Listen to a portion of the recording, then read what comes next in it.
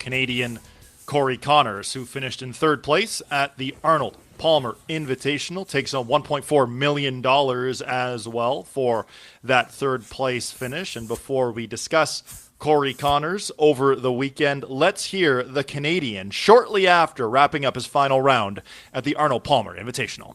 I did a lot of things really well this week, hit the ball really well, and it's another demanding golf course next week, a course I really like, so lots of good stuff, good feelings heading into the Players.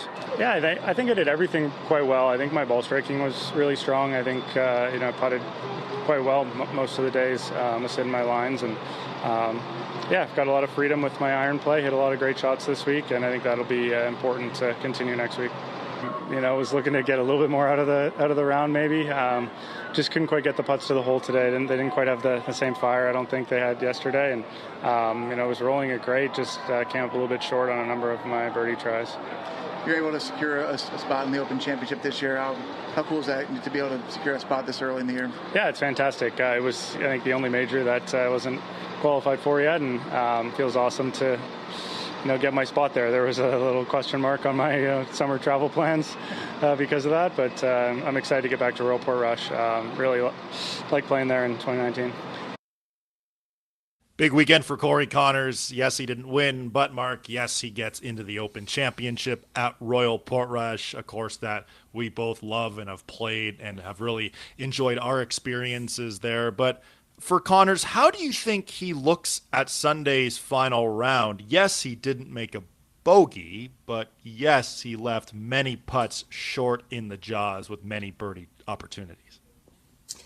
It's really interesting. I mean, it really depends on how honest he is being in that interview, right, Adam? If he's being honest and is telling us truly how he feels, then he's looking at it as a positive. He's saying, hey, I broke par on Sunday, 1 under. I went bogey free on a golf course that other guys weren't shooting under par necessarily. Our leader for the Sunday couldn't do it, couldn't go bogey free. My ball striking was on point. I punched my ticket to the Open Championship. So this is the cup half full approach that he is publicly telling us. The other side of that coin is you made 55 feet of putts on a Sunday. You were negative strokes gained putting. You said the greens didn't have the same fire in them. Well, you're the only person saying that. Everybody else said the greens were, practically past the point of fire. So I think what we're hearing there is, I'm putting different. I'm going to say it again because it's the Morikawa conversation. I'm putting differently on Sunday than I am the rest of the week. He's having problems hitting it with pace, getting it to the hole. You either roll it to hole it or you roll it not to leave yourself a lot. And I think Morikawa and I think Corey, when the greens get on the edge, they just kind of roll it to maybe not have that 4 or 5 footer. And if you're going to make putts, you need to be bold at times. If you're going to win, you need to be bold at times. And we didn't see that out of Corey. And it's good. I want him to feel different on Sundays. I hope he finds a way to feel comfortable and be that guy. It's going to be interesting to see. Hey, we're coming to Augusta in a few weeks, and we're coming to Valero Texas Open. 2 places, Scully, where he's played exceptionally well. He's got 2 wins at Valero and a large bucket of top 10s at Augusta. Can he get it over the finish line somewhere other than Valero and putt with that bravado on Sunday?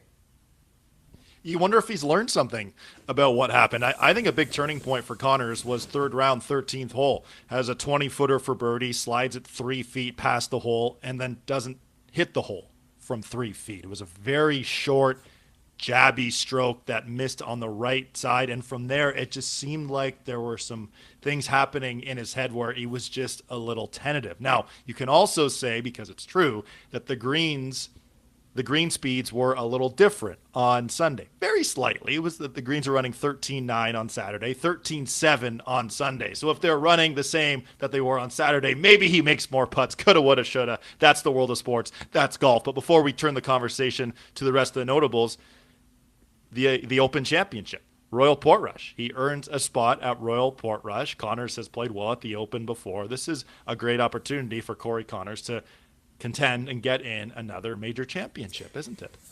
And maybe, other than Augusta, just because he seems comfortable there for some reason, to me, the Open Championship is Corey Connors' best chance at a major. For the same reason we had the conversation with Colin Morikawa. I mean, you got to hit it off the dime. You need to be a solid ball striker because you're usually dealing with wind. And it's guys that miss the dime and hit the ball with a little bit too much spin that struggle in opens, right? He hits his golf ball just solid and flat. He's got the Al McInnes slap shot, I always like to say. It just sounds different when it hits the goalie's pads, right?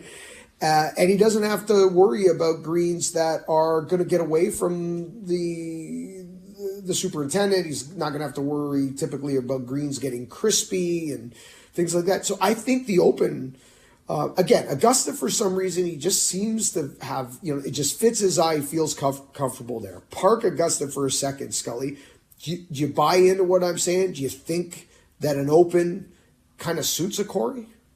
I think so. And Corey Connors and Colin Morikawa pretty much separated at birth, Mark. I mean, they're a very similar player, minus Morikawa winning those two major championships. They've played a lot of golf together, too. I remember last year walking the U.S. Open final round at Pinehurst. They were playing together when Corey Connors made a hole-in-one in the 2021 third round of the Masters. He was playing with Colin Morikawa. So these guys have played a lot of golf together. They've played a lot of golf well together, too. They both played decent yesterday. It just wasn't good enough to win. But for Corey Connors, back obviously in the field this week now, 2 top 5s on the season. Connors looking to build on that heading into this week at the Players' Championship.